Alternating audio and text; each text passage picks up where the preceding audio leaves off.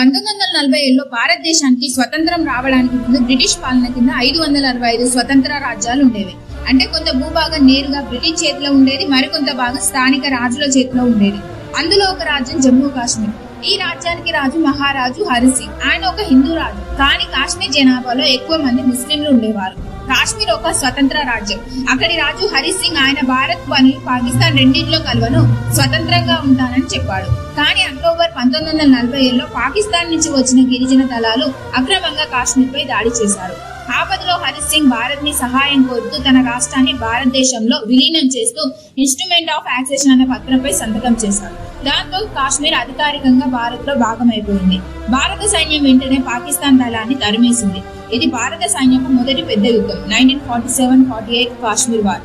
1948లో భారత సైన్యం ఎక్కువ భాగం కాశ్మీర్ ను తిరిగి సాధించింది, కానీ కొంత భాగం ప్రస్తుతం పాక్ ఆక్రమిత కాశ్మీర్ పాకిస్తాన్ చేతిలోనే మిగిలిపోయింది.